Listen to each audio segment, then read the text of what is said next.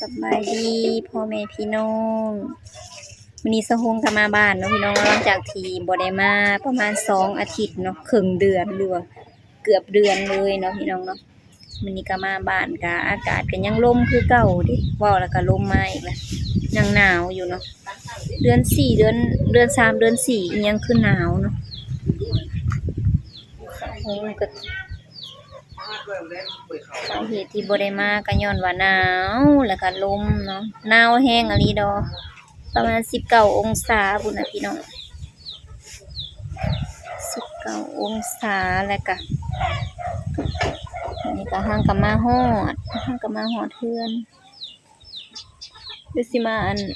รีวิวอันนี้ให้เบิ่งสิมารีวิวนานพักแม่ให้เบิ่งแต่ว่ายังบ่ได้ปลูกเนาะยังบ่ได้ปลูกยังบ่ได้เฮ็ดหยังเลยห่างกับขุดนานเนาะแล้วก็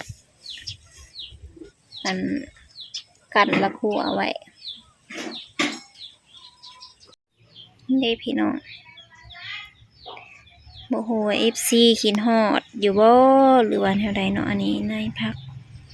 บ่เห็นลงคลิปหลายมื้อสะฮงก็บ่ได้ไปทางใดอยู่แต่ในตลาดเนาะบัดนี้อากาศก็หนาวลมพร้อมก็บ่ได้ไปทางใดบ่ได้ถ่ายบ่ได้อัปเดตหยังให้เบิ่งสบายดี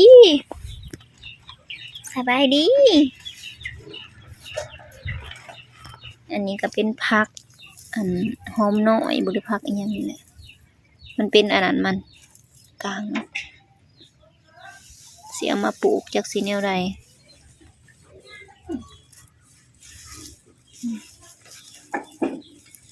จักสิเป็นบ่เป็นเนาะอันนี้เป็นหัวสิงไข่เนาะเป็นหัวสิงไข่แล้วก็หัวบักบัวสิเอาไปปลูกอันนี้ก็ยังบ่ทันได้เฮ็ดหยังอยู่เนาะยังแซ่ให้หากมันแตกอันนั้นอยู่เนี่ยมื้อนั้นสะฮงรีวิวต้นกฐินมื้อนั้นเนาะเบิ่งความดกหมากบักใหญ่อันนี้หักออกนำเนาะมันดกโพดใบมันก็ร่นแล้วก็หักออกนำผู้ข้างทั้งเทิงผู้ดกกว่าอันนี้ก็เป็นไอ้อ้วนเนาะสบายดีเราจากความไรเห็นกล่องเราก็สบายดีกับมาดำขู่ใจเราเบิ่งเนาะสิรีวิวให้เบิ่งพี่น้องเอ้ยอันนี้ก็บางเทื่อก็หอมกันเนาะเหลือมากไปดูดขี้เพราะว่ากินโตเราก็กินมาก็เดียวกัน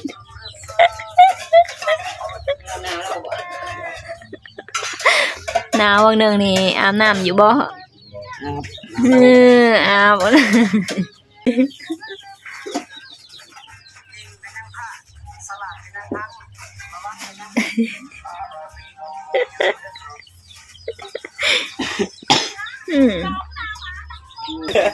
ไม่แล้วผมกินกับพุ่นนี่อันนี้สาวพรเนาะพี่น้องไก่ขอว่านะข้างหลังเนี่ยบังหำดิตัวมันบอกคนอยากเอาไปแกงบ่เลยกูบ่ได้สั่งเห็นว่าก็ได้ปันว่าสิสบายดีป่ะลุงแน่น้องเด้สบายดีป่ะลุงแน่โจกกับสีเขียวป้าอย่างเบิดเบิ่งตาทรงผมใหม่นะรอบ่โจกกับสีเขียวเสือกับสีเขียวบู้ค่ะเกิดเพิ่นก็เกิดผู้หญิงปุ้ยทางเขาทางนี้ก็มีเอาเปิดเอาน้องนะแม่ถือจอกอ้อมบะเฮือนเบิ่งสิเปิดให้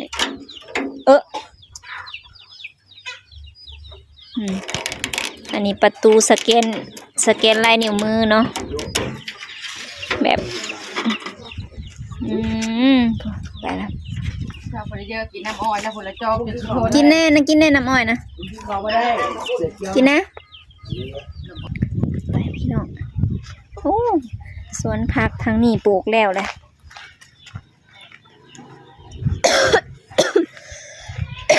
ลมเนาะสะพงก็เริ่มมีไอ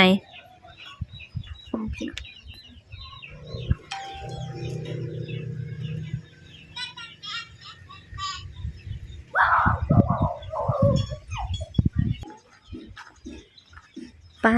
พี่น้องมื้อนี้สะพงสิมารีวิวเฮือนหน้าให้เบิ่งเนาะเราสิเฮ็ดห้องคือกันแต่ว่าห้องเฮือนเรานี่ห้องใหญ่พี่น้องใหญ่กว่าเฮือนสะพงอีกเนาะ มารีวิวเฮือนใหม่ ป้าห้องใหญ่อะลีเนาะใหญ่ใหญ่กว่าเฮือนเฮาอีกอันเราเฮ็ดสวนมันเนาะพี่น้อง เราเฮ็ด ตีบล็อกพร้อมวันนี้ เราเฮ็ดสวนมันกับอันตีบล็อกจนได้เฮือนหลังข้างหนึ่งเนาะเดี๋ยวสิอัปเดตให้เบิ่งเรื่อยๆนี่พี่น้องเอ้ยกล้องหลังน่ะมันบ่แจ้งก็เลยสิถ่ายกล้องหน้าให้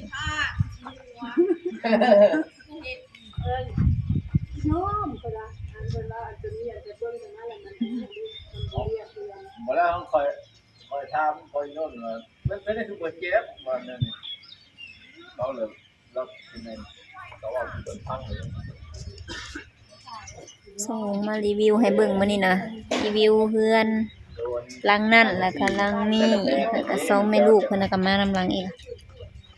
ลูกเพิ่นก็กินอันน่ะปูยกโหป้าดที่เท่าวู้กินเลยแล้ว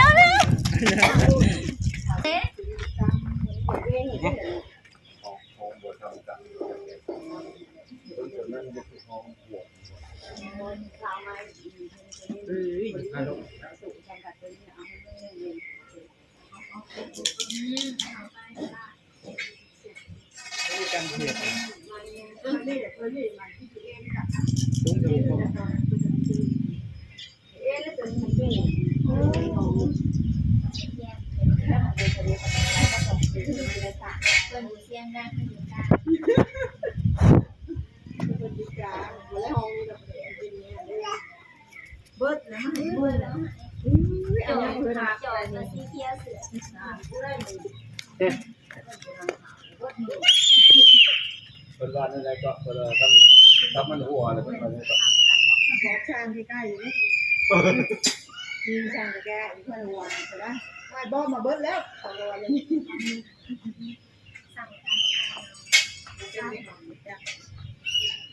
กำกับตรงนี้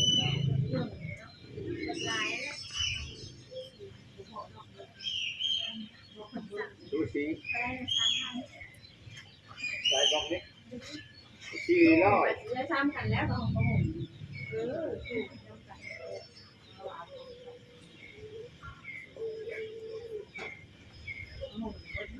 เราหนีไปแต่ก็คิดว่าไปมาไล่ก็เพราะว่าใจว่าดังพันหาผันตายอยู่แล้วได้กันก็เลยแล้วลบไปเรียบ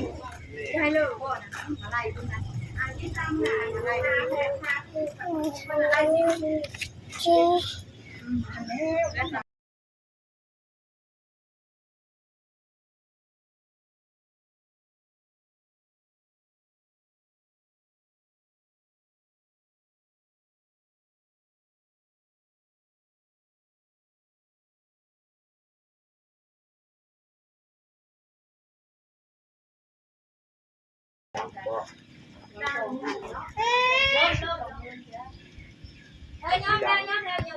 ินข้าวเงินเลย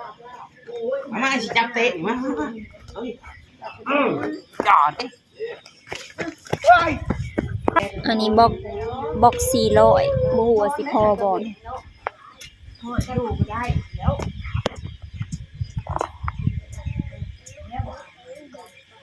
เขาติดเจอกันแดกกันนอนเลยเอาใส่ละเมินเอาเขาว่าเจอไอ้โดนกับมิตรยาขยายนะโหนอนโอ้ยเนี่ยตีกระดาษแล้วก็ตีก็จะเอาหนูใส่คนแล้วแล้วจับมาก่อน ได้ดูโผล่เองรอคนสมัครโหดแล้ว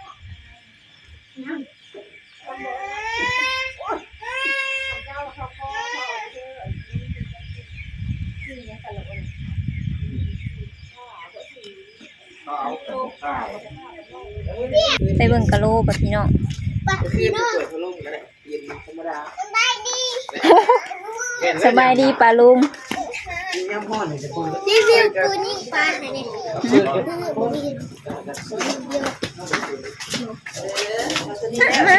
มันอยู่ ก็จะเกิดของไฟส่งอะไรของไฟ ใช่เบิร์ดก็เลย สีทะเลพี่น้อง กับอะไรกับไปแล้ว จักแก๊สเบิดนี่นะ ทงเดียวกับถั่ว 40บ่ใช่ 40ของเฮาน่ะ30ปลายบ่พอดอกเนาะของมันกว้างเนาะ หนาเท่าได้นี่หนา10มิล 2 หนา10มิล แท้กับ42อันที่ว่าลุงใส่ลายแล้วเขาเอามา40บ่ เราเอามา40เลย ใส่เบิ่งก่อนคันมันบ่พอจังไปเอาอีก เด้น่ะหากันยัง ตัวเก้าน่ะยังช่องเจ็ดปะ ติดเลยแหละตุ่มหอมบ่ได้ติดนั่นบ่ได้เฮ็ด งามอยู่ บ่พอ โลไปเลยเอาไว้ตรงนี้ บานประตูก็ซื้อมาเรียบร้อยทั้งอันนั้นเอียงก็เอิ้นอะไรก็ บาน ทางบ้านทางวงกบกล้องก็บ่เห็นเนาะพี่น้องบ่แจ้ง ช่องอันนั้น ส่องลม ช่องลม เฮาก็อยากใส่แบบนี้ล่ะอันของเฮาน่ะบ่ได้ใส่ไปแล้วแล้วมันร้อนบ่ได้ใส่ส่องลมนะ บกมาลอยเพิ่นเนี่ย อันนี้นะเออ นั่นแหละเอาช่องนั้น แม่นใส่ไปแล้วแล้วมันอันคันมันอัพมันยังก็ระบายเฮาก็อยากใส่ฮะเฮาว่าบ่เป็น โอ้ยก็เอ็ดเอาหวยสร้างก็หลงผลน่ะแล้วก็เอ็ดเด้อแหละ ส่องลมระบายแบบว่าอยู่ในอัน อากาศ อยู่ในอันบะโรงแรมอีหยังนะเขาเฮ็ดน่ะมัน อันนี้นะวงมันก็ซื้อแต่ก็ซื้อพัดลมมาใส่อีก เออก็สิเป็น บ่ไปซื้อก็ได้มันมีพัดลมดูดอากาศขึ้นถึง มันก็บ่อัพ ใบเงินนั่นใบเงินน่ะโดเด้อยู่ โอ้มันติดแต่อันนี้เพราะว่าสิติด ใบเงินทานน่ะโดอยู่ไสใบเงินบ่ กำลังเริ่มผู้ใดเฮ็ดเฮือนก็รักเท่าไหร่แล้วนะเบิดเท่าไหร่นะ จันเบิดเท่าใดเลย ติดตรงไหนหลังบ่ 40,000ป้า ป้า40,000ทั้งหมดทั้งมวลซื้อเครื่องเขาเฮือน อันนี้ยังบ่ได้แล้วนะเบิด40,000ไปแล้ว ขนาดนี้นั่นสิ ขนาดนั้นเฮาบ่ซื้ออันนั้นน่ะเที่ยวไปซื้ออยู่อัน อยู่กะนั่นแหละ อันก็เดียวว่าสิซื้อมาเทื่อเดียวนี่นะเที่ยวไปเทื่อละอย่างสิว่าได้บ่ อ้าว ว เอา ง มาก บ นะ ไปเทื่อหนึง บ่เอานั้นแล้วก็ไปเอาอีก บล็อกนี่ก็สิบ่พอปูนก็สิบ่พอ ขนาด อันนี้ ว่า ก็สิได้ปาดไอ้หลวงกบ สิได้แล้วสิได้แล้ว ตัวนี้นะตัวหอมเกมหอมจันทร์นั่นก็สิได้ถูกพี่อู้เอ้แล้วปุ๊บ ถูกลูกแก้วก็ใส่อันเก่าเอา ลูกแก้วก็สิเอาอันเก่าอันนี้ มันสิบ่แตกบ่ จังว่า ได้อยู่บ่ เอาปาดเอาบ่ ยายกินหลังให้เนาะตัวนี้เนาะกินหลังบ่ตัวนี้ ไผสิเฮ็ดเฮือนก็ขึ้นยาก แม่หัว อันนี้นั่นดึงหน้าดึงหลังอยู่ ก็จะมีจะว่าเรียนกับ 40,000ปลายโอ้ปานนั้นยังบ่ได้แล้ว แม่ เพิ่นจะได้ผม ไล่เบิ่ง เพิ่น 40,000 ไข่เล่ลำยังว่าอีก ฮะ เพิ่น เพิ่นจะได้ เฮาก็รัก3ปลายสิบ่แม่น4แล้วบ่ของแนว 48ไล่มาเช่านี่ มื้อนี้ก็ 10,000แหละ 44ปลายล่ะมื้อนี้ก็ไปเอาอิหยังก็เพดานอีหยังหั่นนี่ ยิบซ้ำ บ่ได้กะตียังบ่ได้เอามาเพดาน นั่นแล้ว บ่กี้สิเอายิบซ้ำบ่มาแผ่นเรียบ ฮะ ก็จะเอายิบซ้ำมาแผ่นเรีย แล้ บ วแล้วเฮ้ยจะเอาเลย เอาคนนี้ งามบ่ได้มาเบิ่งก่อนมาให้สิ ค่าสร้างอีกเนาะ ตาตาตัวแล้วเพิ่นจะเพิ่นสิลองคิด8มื้อ เนาะเกือบบ่แล้ว7-8หมื่นบ่แล้วรักทุนแล้วอันนี้ก็ยัง4แล้วเด้แต่จักสิพอบ่พอซื้อมา ว้าวงามเว้ย โอ้ยเราลอด งามเว้ยก็แยงไปเลย โซลายเหรอเบิ่งดูหาโซลายโซลาย มาโซลายไว้ โซลายเบิ่งดู มันมาให้เบิ่งแน่ใส่ พ่อนบัดนี้พ่อนดู ให้ไปดูเบิ่ง เด็ดก่อนบัดนึง ลิงกัง ดูอีหยังวะ กะโลก็คือกันคล้ายๆกับของสะโฮงเลย แต่ตัวนี้มันเป็นสีทะเลเนาะแต่ของสะโฮงนะมันเป็นสีขาวตัวนี้ออกทะเลหน่อยนึงพี่น้องเอ้ยอ๋อ นักเติบอยู่นี่นะค่าสร้างค่าหยังก็บ่ทันได้แล้วเครื่องนี่ก็ยังบ่ทันได้พอเนาะเครื่องนี่ก็ยังบ่ทันได้ครบเบิด 18แล้ว ค่าสร้างก็18,000 20,000 เป็นเอาเพดาน ประมาณนั้น 3-20,000 ลมมาอีกแล้ว